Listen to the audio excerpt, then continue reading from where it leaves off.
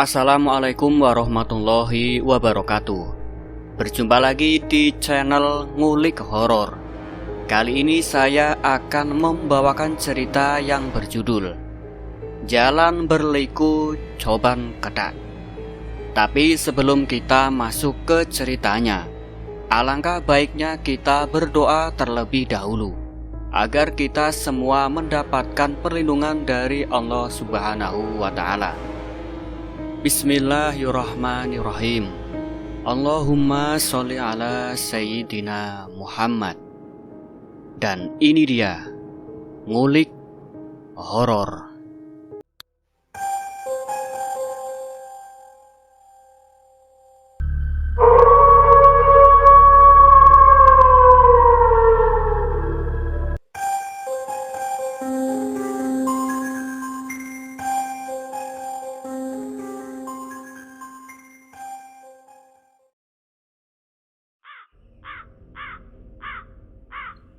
Malang, tahun 2010. Siska ialah salah satu mahasiswi perguruan tinggi swasta yang terkemuka di kota Malang. Dia sendiri saat itu tercatat sebagai mahasiswi semester tingkat akhir. Jadi perihal untuk pulang pergi ke rumah semakin sering. Hal itu juga menjadi kebiasaannya tiap minggu atau jam perkuliahan sedang kosong. Padahal rumah Siska berada di salah satu kabupaten di pesisir utara Jawa Timur. Jarak yang jauh memang, tapi tak menyurutkan kebiasaannya untuk sering pulang pergi. Di minggu yang membosankan, kebetulan hari Rabu waktu bangku perkuliahan kosong, dia pulang. Sewaktu di rumah, Siska kegiatannya bersantai ria. Ia hanya rebahan di kamar, menikmati suasana nyaman di rumah, dan istirahat melepas kepenatan di kampus. Sebenarnya Siska saat itu sedang melepas kenangan-kenangan indah waktu bersama sang kekasih. Gadis cantik yang baru saja putus dengan sang kekasih, karena baru saja mengetahui cowoknya selingkuh di depan matanya sendiri. Waktu di rumah, ia sering mengunci diri dalam kamarnya. Ingatan yang menyesakkan Siska masih membekas sangat dalam di lubuk hatinya. Dalam angan-angannya, asam manis cinta bersama doi yang sudah lama dan melekat erat dalam pikirannya susah terhapus.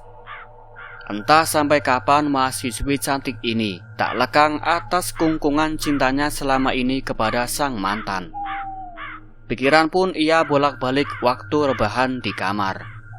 Tapi hati tetap ambyar, dan tetap tidak ada solusi mengobati hati. Mata merahnya masih sembab, bekas derayan air mata seharian. Siska hanya melakukan kegiatan itu-itu saja di kamarnya.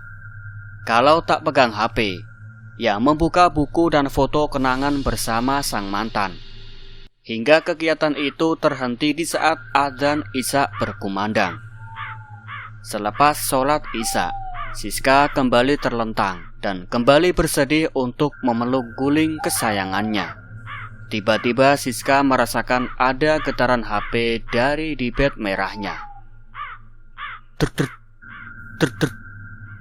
Getaran HP Siska dan lampu kelap-kelip yang terus-menerus tak mau berhenti.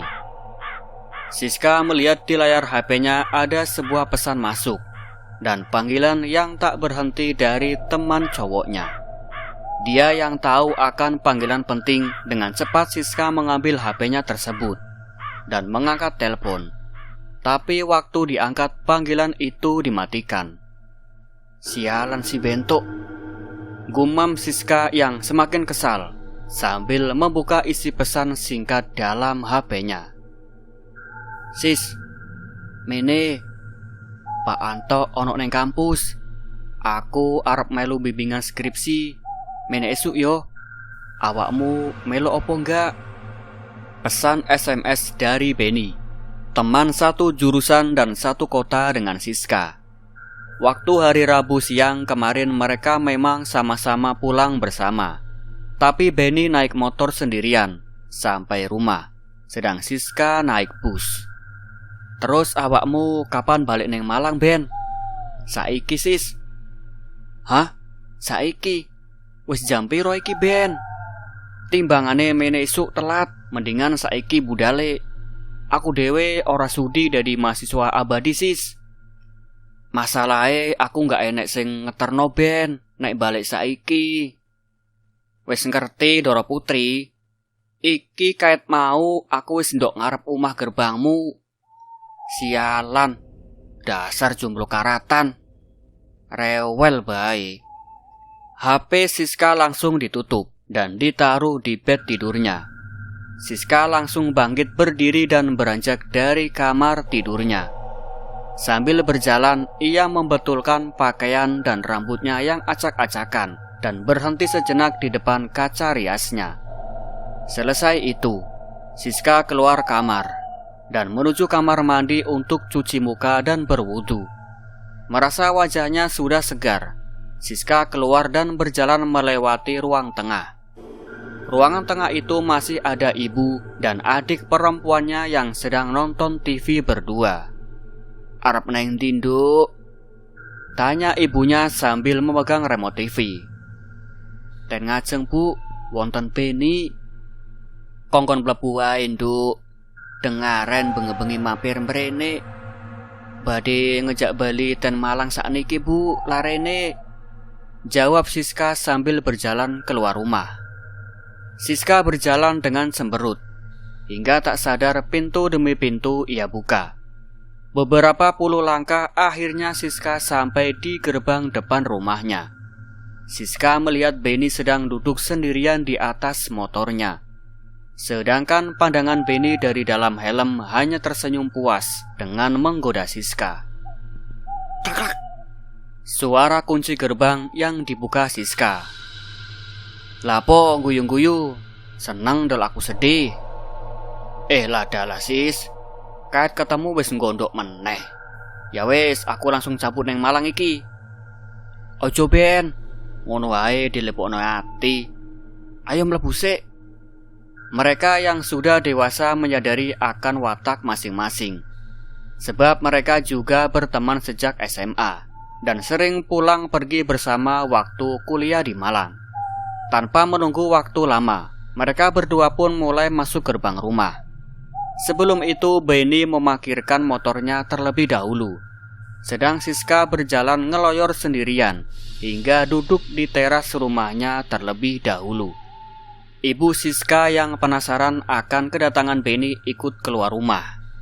Beliau juga menyambut kedatangan Beni malam itu, sebab sang ibu sedikit curiga karena tak biasa Beni berkunjung malam-malam. Dalam hatinya ingin memastikan apa yang terjadi pada mereka berdua. Sewaktu mereka sudah duduk bertiga di kursi teras, Beni menjelaskan perihal tujuannya balik ke Malang malam-malam kepada sang ibunda. Ibu Siska yang sudah lama mengenal Beni memahami apa yang jadi keinginan teman anaknya ini. Pada dasarnya seluruh keluarganya Beni juga kenal orang tua Siska. Dengan pertimbangan kedua keluarga yang sudah saling mengenal, Ibu Siska malam itu mengambil keputusan. Sang ibu yang pengertian malam itu menyuruh putri sulungnya untuk berangkat bareng bersama Beni. Kebetulan malam itu ayah dan kakak laki-laki Siska sedang tidak berada di rumah. Daripada Siska menunggu ayah dan kakaknya yang tak tahu pulangnya, lebih baik Siska berangkat sama Beni sekarang juga. Sehabis mendapat izin dari sang ibu, Siska pun pamit kembali masuk ke rumah. Dia berjalan dengan cepat hingga masuk ke kamar. Di dalam kamar, kebiasaan Siska memang selalu agak lambat kalau persiapan dan ganti baju. Apalagi saat itu dia masih bersedih. Kesedihan berhari-hari yang ia tutupi dari keluarganya membuat persiapan Siska menjadi tambah lama. Kegelisahan hatinya itu ia pendam, hingga ibunya sendiri pun tak tahu saat Siska sedih di rumah. Perasaan Siska yang masih kacau malam itu membuat ia agak asal-asalan waktu berkemas, dan berkali-kali ia terhenti dan duduk di bednya waktu mau berangkat. Merasa lama akan kedatangan Siska, ibunya yang sudah tak sabar datang pergi menghampiri anaknya di kamar. Ibunya langsung serta ikut duduk berjajar di bed dan memandang anak kesayangannya. "Ayo nduk, ojo suwi-suwi, mesakno Beni ngenteni ning ngarep kae lho," ucap sang ibu sambil membelai rambut hitam panjang anaknya. "Enggih Bu, niki sampun mantun," jawab Siska dengan mengancing resleting tas ranselnya. Siska yang sudah ganti baju dan memegang tas ransel berganti bersalaman untuk pamitan dengan ibunya. Restu pun ia dapat. Ia bergegas berjalan keluar diikuti ibu dan adiknya dari belakang. Sampai di luar rumah, ia melihat Beni yang duduk sendirian sudah menguap.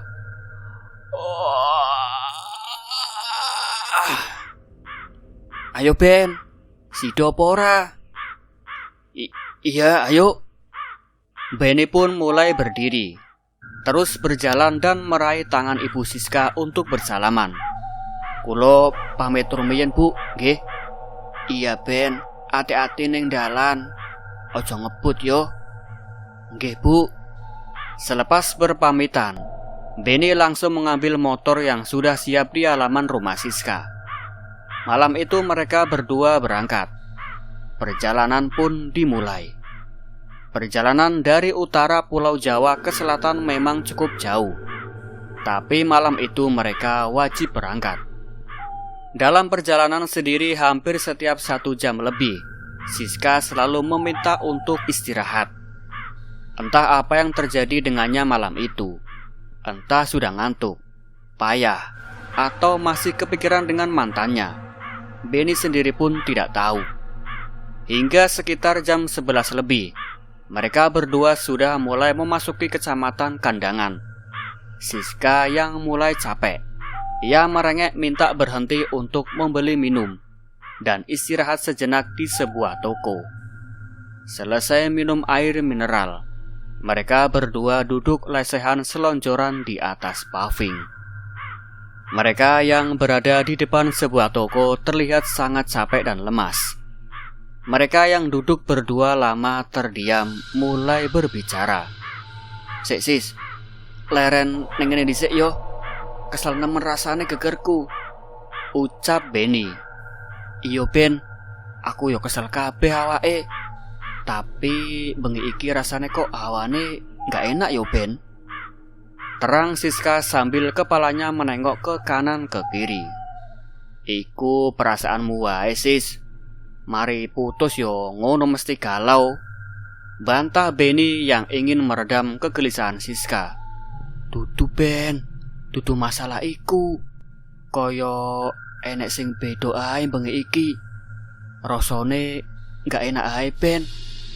"Ya mesti gak enak sis. Awakmu dikarepi kait biyen ora tau ngerti." "Alah, gombal kowe Ben. Pacarmu arep kok delengen di maneh. Sing ben bengi teko gonta-ganti cewek neng kosanmu iku. Aku mau kamu koleksi jadi nomor berapa, hah?" tegas Siska sambil memukul kecil pundak Beni. "Hahaha, konangan. Wes sis, aja terusno, isin aku," jawab Beni dengan menutup mulutnya saat tertawa. Sekian puluh menit mereka istirahat duduk selonjoran di emperan toko. Rasa letih sudah mulai berkurang. Begitu juga pandangan mata Beni mulai tajam kembali. Rasa kantuk juga sudah berkurang. Dirasa sudah fit, Beni mengajak Siska untuk melanjutkan perjalanan. "Ayo sis, budal, wis bengi iki," ajak Beni sambil mulai bangkit dari duduknya. "Ayo, anjan wis lewat jam 12, geblek gak bengi kate piye," gerutu Siska yang ikut bangkit untuk berdiri. Mereka yang sudah boncengan keluar dari parkiran toko dan memulai perjalanan kembali. Baru berjalan sebentar, motor mereka sudah memasuki wilayah Kecamatan Kesembon, kecamatan yang sudah masuk di Kabupaten Malang. Perasaan Siska malam itu semakin gelisah. dan ia merasa ada sesuatu yang tak enak dari biasanya.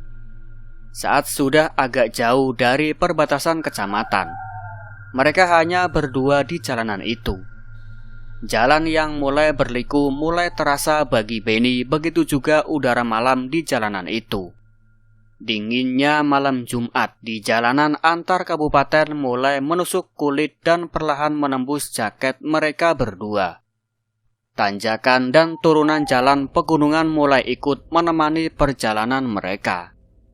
Di waktu tengah malam, jalanan yang mereka lewati membuat malam menjadi gelap pekat. Hanya lampu motor Benny sebagai satu-satunya penerangan mereka. Semakin jauh mereka berjalan, ternyata malam itu tetap hanya mereka berdua yang naik motor di atas jalanan yang sepi dan gelap. Selebihnya tidak ada kendaraan lain yang mendahului atau di belakangnya mereka. Semakin lama, semakin terasa udara pegunungan bercampur kabut yang turun. Udara yang semakin terasa dingin karena tabrakan angin bercampur embun kabut dengan tubuh mereka. Angin yang menjadi dingin itu merasa diperoleh dari kecepatan motor si Benny. Meski tubuh mereka berdua sudah berbalut jaket tebal, udara dingin itu juga lama-kelamaan membuat bulu kuduk mereka perlahan ikut naik. Dan perasaan Siska semakin panik dan gelisah. Setelah sekian lama motor Benny yang berjalan sendirian meliuk-liuk mengikuti jalanan yang gelap, akhirnya melihat plakat tanda masuk ke sebuah desa bernama Pait yang berada di kiri jalan. Dalam perjalanan yang selama itu mereka berdua hanya diam, karena kecepatan motor sudah dipacu dengan kencang. Mau bicara pun susah untuk terdengar. Tapi semenjak melihat perkampungan, Benny menurunkan kecepatan. Benny berbuat seperti itu untuk menurunkan tensi dinginnya udara di pegunungan yang menyapu tubuhnya. Motor yang berjalan pelan dimanfaatkan oleh Benny untuk menghibur Siska di belakangnya. Benny melakukan hal itu agar Siska tak sedih dan ngantuk waktu dibonceng. Benny menoleh ke belakang dan mendapati Siska yang tetap manyun. Kali ini Benny mulai membuka omongan. "Sis, ning dalanan daerah kene sak tenane nggone angker," goda Benny. Agak pikiran Siska tidak kosong. "Opo-oponan awakmu, Ben? Ojo cerita ngono ah, wis bengi iki." "Ya elah, temenan iki sis. Salah sijine enek panggonan air terjun ning desa iki, tepate ning pinggir dalan. Wapik nggone sis nek awan. Isih alami," ucap Benny serius. Di tahun 2010, coban ketak belum dicoba, dan masih berupa air terjun alami yang menyatu dengan hutan. Sebenarnya air terjun di desa ini banyak orang luar yang belum tahu. Meski sebagian orang tiap hari lewat daerah sini, padahal posisinya tepat di samping kiri jalan. "Mosok awakmu kok ngerti, Ben?" "Yo weruh lah, aku kan duwe konco daerah kene sis." "Serius, Ben? Aku sakmono suwene liwat dalan daerah kene gak weruh ning kene enek air terjun, Ben." "Yo memang, meng warga kampung sekitar tok sing ngerti sis. Soale ndek air terjun iki jek akeh keteke ambek kewan-kewan liare. Hewan-hewan semuanya yang hidup di daerah sini minumnya sama bermainnya yang di air terjun ini sis.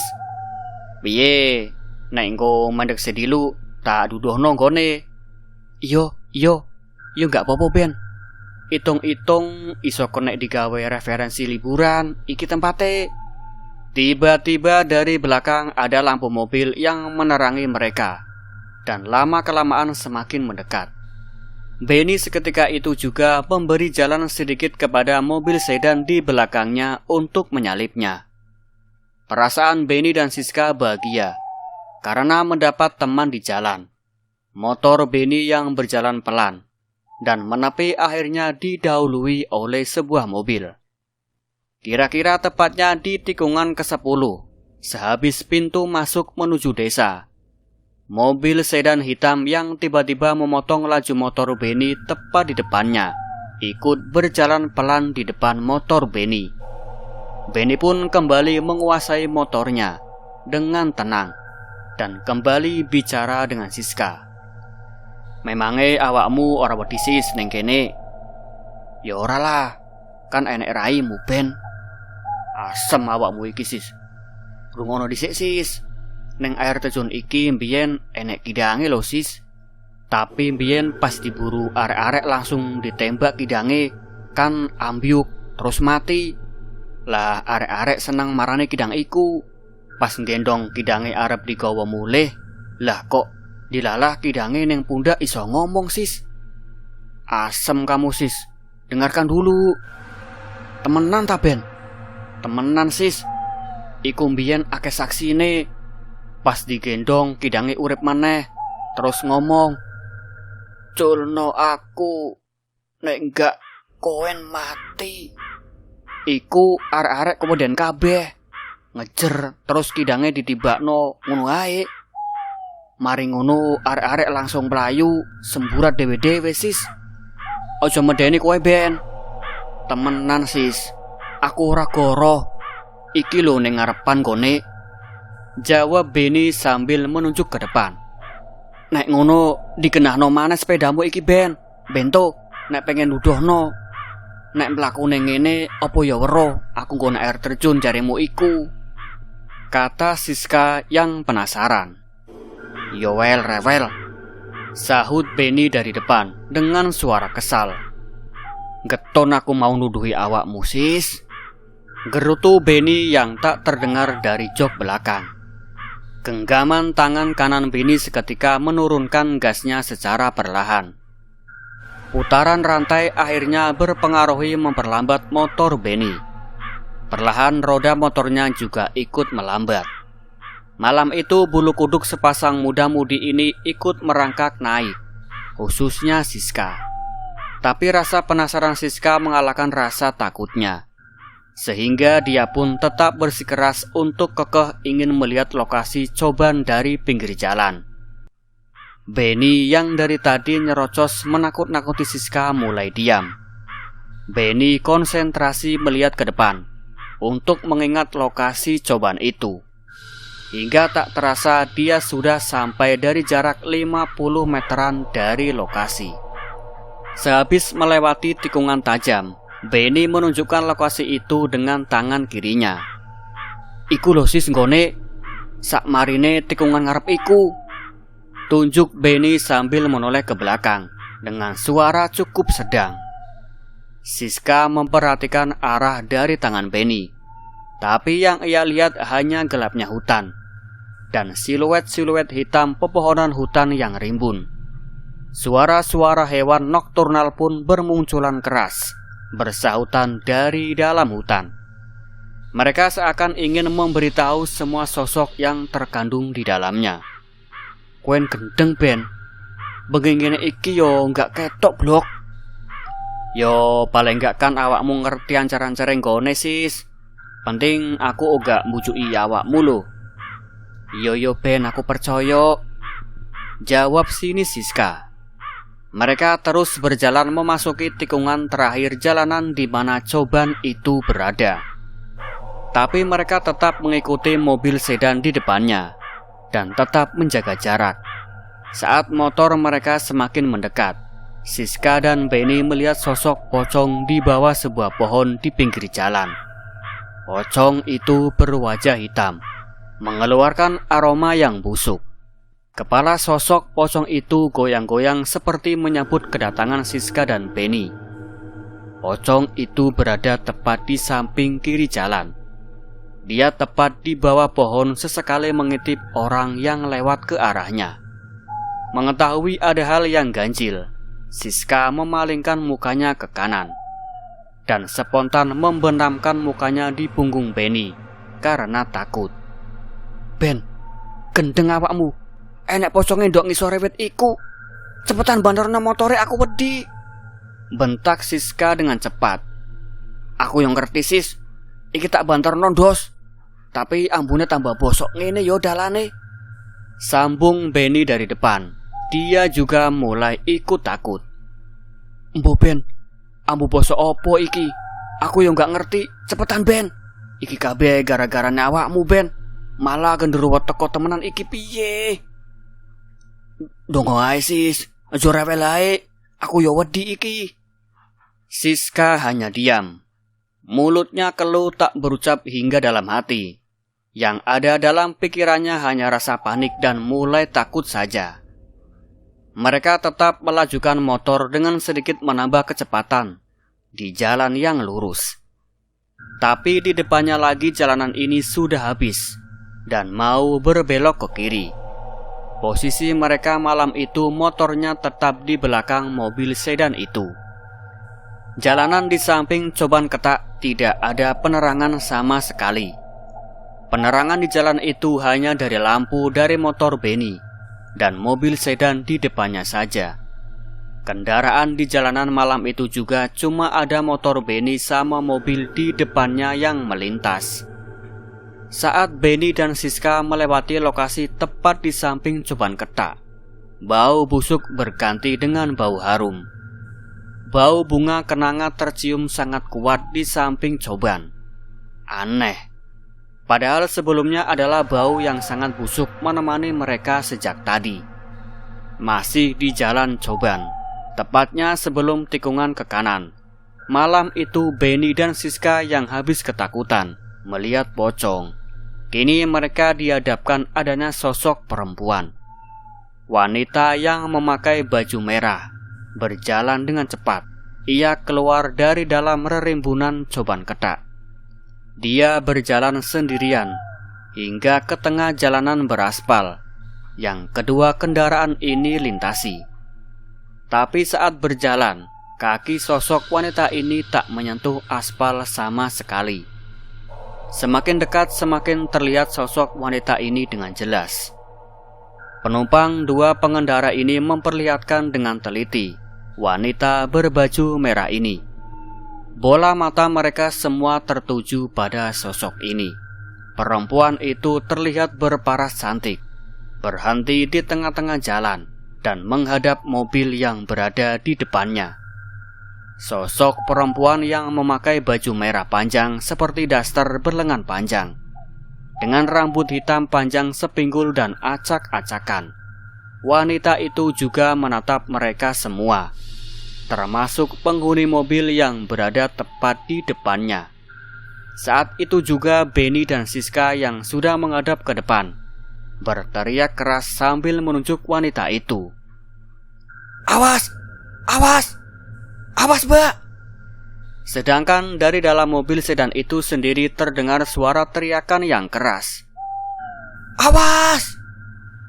Teriak tiga penumpang mobil yang berada di depannya.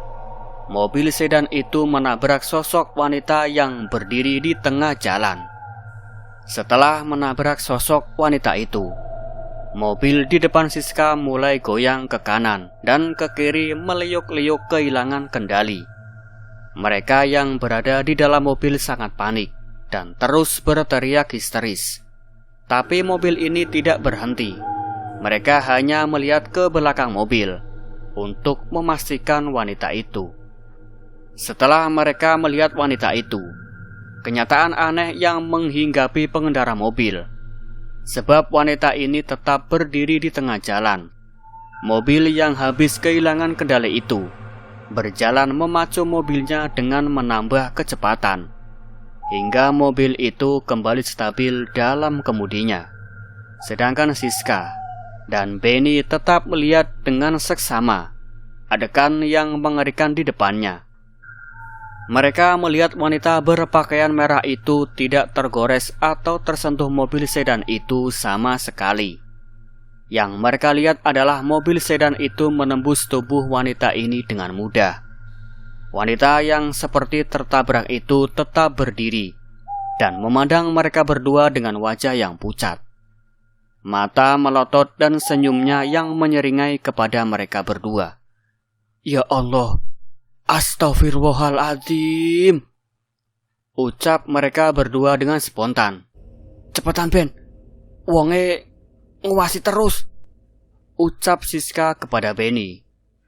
Siska sendiri saat itu sedang beradu pandang dengan sosok wanita ini dari jarak yang cukup dekat.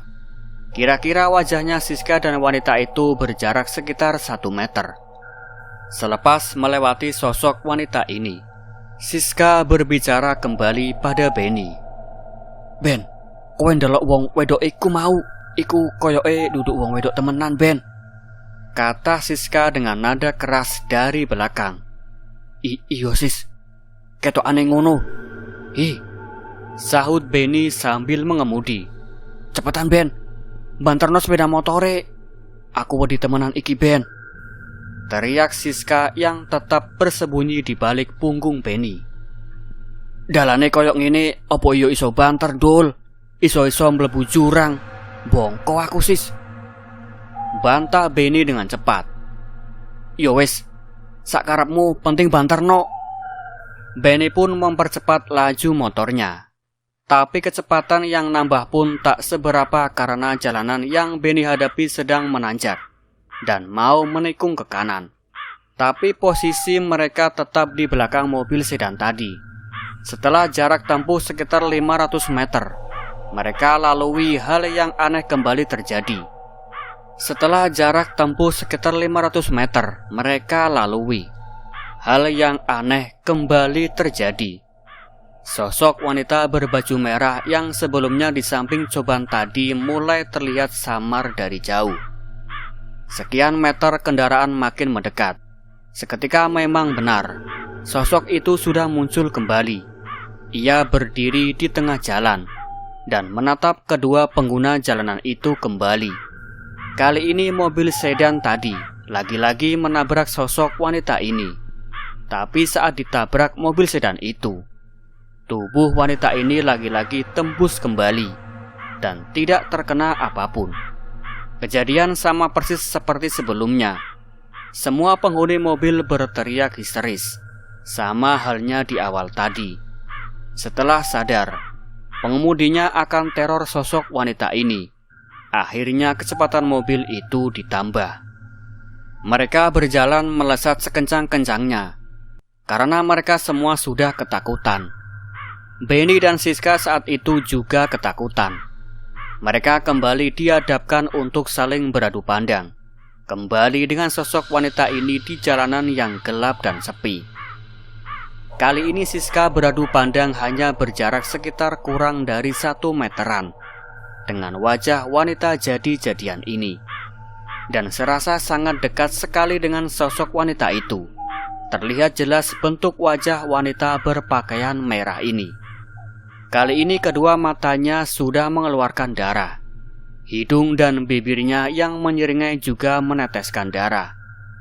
Jadi bau anyir pun mulai ikut tercium sangat kuat malam itu di dekatnya.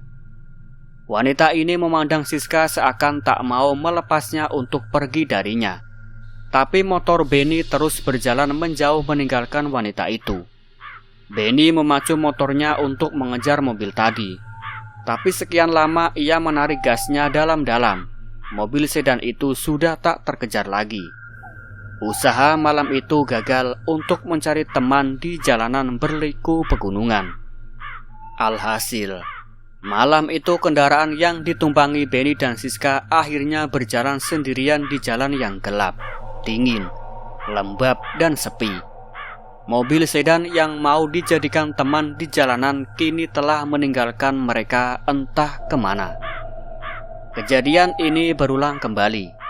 Sehabis menempuh jarak kurang lebih 500 meter. Entah sudah beberapa kali mereka menemui wanita ini terus di tengah jalan yang berliku itu. Mereka lagi dan lagi dikejutkan sosok wanita ini yang sudah berdiri sendirian di tengah jalan. Dia yang sudah berdiri terus memandang Siska dan Benny dengan makin menyeramkan. Wajah wanita ini semakin lama semakin rusak. Warna kulitnya menghitam dan tak berbentuk. Teror sosok wanita ini seakan wanita ini tak mau melepaskan mereka malam itu. Dari sinilah Siska mulai gemetaran di sekujur tubuhnya dan menangis di belakang punggung Benny. Perasaan Siska sendiri semakin lama semakin tak karuan. Panik, sedih, dan gemetaran menjadi satu akan teror sosok wanita itu. Ben, aku wedi. Rasane kudu mati aku, Ben, nek kene terus, Ben. Hus, menengo sis, aku yo wedi ngejer pisan iki. Enggak awakmu tok. Tapi awakmu ojo nangis ngene to sis. Pinta Beni. Keadaan ini terus mereka jalani. Roda motor tetap berjalan meski ketakutan.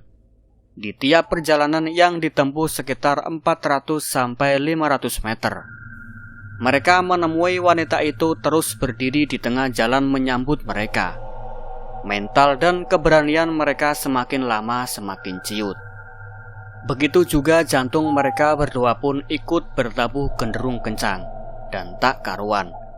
Hanya rasa takut, dan takut yang ada di pikiran mereka. Isak tangis Siska di punggung Beni yang pilu juga tak kunjung berhenti. Gadis cantik ini sudah tak kuat menghadapi sosok wanita yang menerornya. Tangisnya Siska pun semakin lama semakin kencang di malam itu. Tapi tangis itu tak membangunkan penghuni rumah yang ia lewati. Apalagi mereka malam itu diwajibkan menghisap bau busuk di setiap jarak tempuh 400 sampai 500 meter ke depan. Saat semua rasa Siska sudah bercampur aduk tak karuan, makin parah dan mau pingsan. Ia berinisiatif berusaha menghubungi kakak sepupunya. Sebab Siska sendiri merasa kakaknya ini sering berhubungan dengan makhluk dunia lain. Dianggapnya paling cocok kalau meminta bantuan kepada sepupunya ini daripada ayahnya sendiri. Kakaknya ini biasa dipanggil dengan sebutan Mas Samsul. Saat masih di atas motor, tangan Siska sibuk mencari nomor kakaknya dengan tangan gemetaran dan tangis sesenggukan. Sekian lama pencarian itu karena rasa sudah tak karuan, hingga akhirnya menemukan nomor Mas Samsul. Mas, tolong aku Mas. Kena opo awakmu, Dik?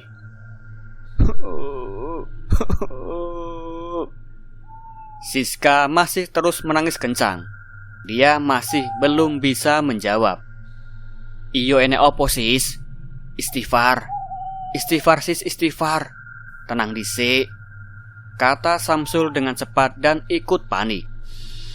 Siska kembali diam menghentikan tangisnya sejenak, menarik nafas dalam-dalam, dan mengucap istighfar berulang kali.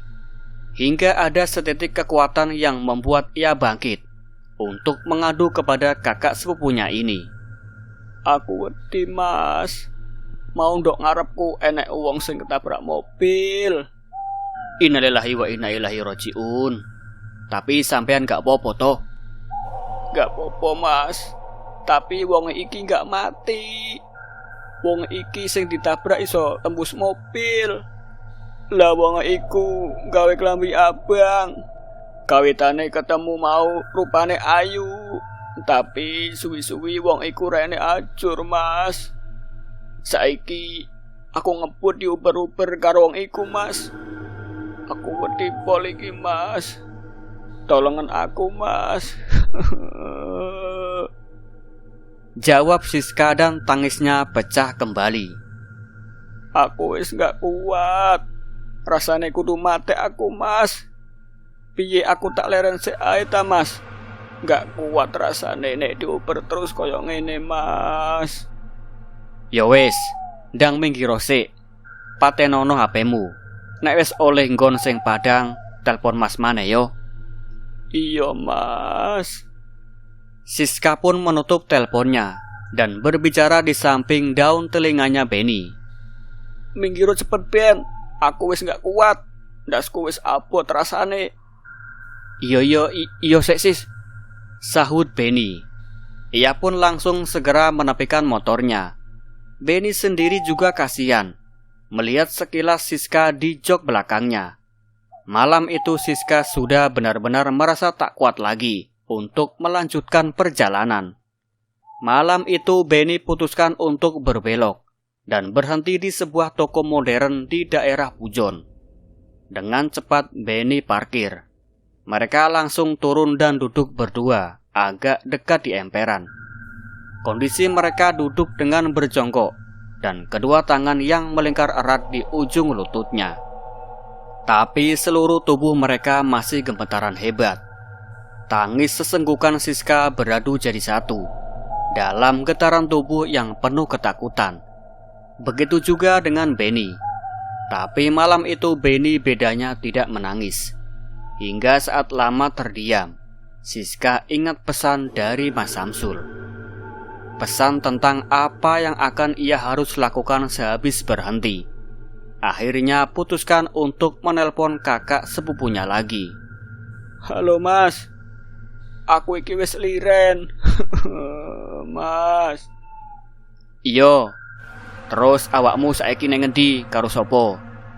Tanya Samsul dengan cepat, karena dia khawatir akan keselamatan adik sepupunya. Tulungi aku sik Mas, iki aku nyampe Pujon karo Benny. Aku wis gak wani mlaku meneh, kata Siska dari sambungan telepon. Sementara itu sosok wanita berbaju merah itu berdiri di jalan. Dia terus memandangi Siska dan Benny. Meski keduanya tak melihat ke depan, sosok wanita ini berdiri di jalan dengan berganti-ganti tempat. Kadang di tengah, kadang di trotoar, dan kadang di depan mereka yang tengah duduk. Mereka berdua yang ketakutan hanya membenamkan kepalanya saja di antara kedua lutut, sambil mendengarkan suara geraman dari wanita jadi-jadian ini. Sementara Siska memegang HP dengan wajahnya yang terbenam. Oh alah nduk, bengi-bengi ngene kok yo balik ke Malang. Amber arek lanang pisan, ucap Samsul yang kecewa terhadap kelakuan Siska. Mene esuk aku bimbingan skripsi soalnya Mas, KTP meneh, jawab Siska yang apa adanya. Koncomu lanang iku gak wani ta? Yo gak wani Mas, iki areke podo wedine karo aku. Areke yo ngejar kabeh, wajah yo wis pucet. Iki podo keweden kabeh Mas. Awakmu nggawa banyu? Nggawa Mas, aku bawa botol air. Wes, saiki bukaan tutupe botol banyune dhisik. Iya Mas, jawab Siska. Saiki awakmu wong loro tarik nafas. Tutno aku maca donga. Mereka berdua bangkit dari ketakutan dan segera mengikuti arahan Mas Samsul dengan suara yang dikeraskan dari HP Siska. Ritual malam itu dengan cepat diselesaikan. Selesai berdoa, Mas Samsul bicara kembali. Wes, saiki ombenan banyune karo kancamu. Dengan cekatan Siska meminum air dari botolnya terlebih dahulu. Teguk demi teguk mereka minum air dari botol itu secara bergantian. Tak terasa isi air dalam botol itu pun habis mereka minum. Sesaat kemudian mereka berdua merasakan sesuatu setelah air itu memasuki kerongkongannya. Ada sesuatu yang berada dalam diri mereka malam itu. Semenjak air yang diberi doa membasahi mulut hingga bermuara di perut. Siska yang habis merasakan banyak perubahan, kini berbicara di telepon Samsul kembali. Alhamdulillah, lega rasane atiku Mas. Rasane sodok tenang Mas. Aku karo kancaku wajah yo wis gak pucet ambil ngejar maneh Mas. Kira-kira maringane aku ditutno maneh tangga karo setan wedok iku Mas. Sumpah, aku wedi temenan Mas. Wis aman, terusno perjalananmu. Engko nek jek ana apa-apa, hubungono aku maneh, Dik. Iya Mas, suwun. Saat itu sosok wanita yang berganti-ganti tempat di depan Siska tiba-tiba sudah lenyap. Begitu juga dengan bau khasnya sudah tak tercium lagi. Selesai Siska berbicara panjang lebar lewat sambungan telepon, sambil melirik ke jalan dan pelataran toko modern. Merasa sudah tidak melihat sosok itu lagi. Akhirnya dia segera mematikan teleponnya. Siska pun duduk sejenak beberapa menit, sambil menenangkan pikiran dan hatinya yang kacau. Setelah ketakutan, kepanikan, dan tubuh mereka yang gemetar mereda, mereka pergi meninggalkan jalanan itu menuju Malang dengan aman. Teror yang menimpanya malam itu bersama Benny malam itu akhirnya selesai. Tapi di sisi yang lain, kakak sepupunya yang habis menangani Siska dan sosok wanita itu mengalami hal yang berbeda. Di sisi lain, di rumah Samsul. Malam itu kakak sepupunya berada di rumah sehabis membantu Siska. Ia sedang tiduran di kamar sendirian menghadap pintu. Di rumah Samsul malam itu memang sepi. Saat itu dia sendirian di rumah. Suasana rumahnya sebelumnya hening, hingga ia mendengar sesuatu dari balik pintunya, sebuah suara. Krek, krek, krek. Pintunya mulai bergerak berayun sendiri secara perlahan. Samsul yang tadinya rebahan curiga dan mengamati pintu kamarnya dengan seksama. Selanjutnya ia melihat tiba-tiba ada rambut panjang yang menjuntai ke lantai. Rambut-rambut hitam gimbal itu berserakan keluar masuk himpitan di bawah pintu. Seperti ada yang menarik ulur rambut itu. Sedangkan bau busuk pun dengan cepat memenuhi kamar Samsul. Perasaan Samsul semakin lama semakin curiga. Merasa ada yang tidak beres. Akhirnya Samsul bangkit berdiri. Dia berjalan ke pintu kamarnya dan melihat apa yang terjadi di balik pintu kamarnya. Setelah pintu ditarik, Samsul melihat sosok kuntilanak merah sedang berjalan merayap di tembok, menuju tempat Samsul berdiri di tengah pintu kamarnya. Sosok ini berwajah hitam, hancur penuh belatung, dan berbau sangat busuk. Sosok ini setelah berjalan merayap, akhirnya berhenti di dekat Samsul dengan posisi dia yang miring. Kuntilanak merah ini menatap tajam melotot hingga bola matanya yang berdarah keluar. Dia memandangi Samsul yang berdiri dengan wajah menyeramkan. Samsul tetap berdiri menyambut tatapannya tanpa rasa takut.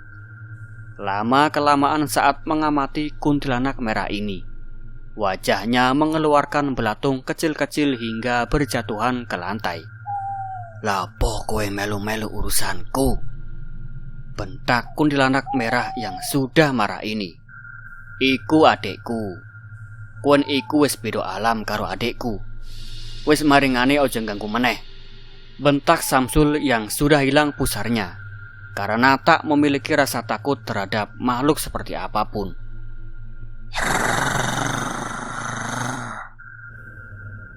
Suara geraman kuntilanak yang semakin marah. Tiba-tiba dia terbang melesat mendekat kepala Samsul. Dengan cepat tangan hitam busuk kuntilanak ini menerkam leher Samsul dengan kedua tangannya dan kuku hitamnya yang panjang. "Astagfirullah, Allahu Akbar," ucap Samsul yang spontan. Samsul seketika melakukan perlawanan. Dengan segenap tenaga tangannya ikut melepaskan cengkeraman kedua tangan kuntilanak merah ini. Dengan susah payah, akhirnya cengkeraman perlahan mulai terlepas. Tapi Samsul tetap memegang kedua tangan kuntilanak merah ini. Akhirnya Samsul mengancam kepada kuntilanak dengan nada marah. "Aku bedo karo adekku. Nek kowe cek pancet ganggu wong maneh, termasuk adekku, titenono. Nek aku cek krungu awakmu ganggu neng kono, kowen tak parni langsung. Kowen bakale tak pateni," gertak Samsul sambil membuang tangan sosok kuntilanak merah ini. Kuntilanak merah ini terpelanting terbang hingga jatuh. Di saat dia terkulai di lantai dan sehabis mendengar gertakan dari Samsul, kuntilanak merah ini diam menunduk. Lama ia tertunduk. Samar-samar terdengar ia mengeram dan mengatakan, berjanji tak akan berbuat usil kembali. "Yo wis, ndang balik," perintah Samsul. Akhirnya sosok wanita berbaju merah ini bangkit berdiri. Perlahan-lahan dia yang menggeram pelan sambil melayang mundur ke belakang, hingga dia menembus tembok rumah Samsul. Akhirnya sosok itu menghilang. Syukurnya, sejak kejadian itu, Siska dan kawan-kawannya tidak pernah diganggu lagi di jalan berliku Coban Kedak. Dan cerita pun selesai. Nantikan cerita-cerita menyeramkan selanjutnya hanya di Ngulik Horor. Sebelum saya pamit dari cerita ini, saya ingin memperkenalkan kepada para pendengar setia Ngulik Horor. Buat teman-teman semua yang belum tahu siapakah pengisi suara Ngulik Horor sekarang. Ya, pengisi suara Ngulik Horor sekarang sudah berbeda dan sudah diganti. Dan saya ingin memperkenalkan kepada para pendengar setia Ngulik Horor. Perkenalkan, nama saya adalah Raden Mas Bagio. Sekian, akhir kata. Wassalamualaikum warahmatullahi wabarakatuh.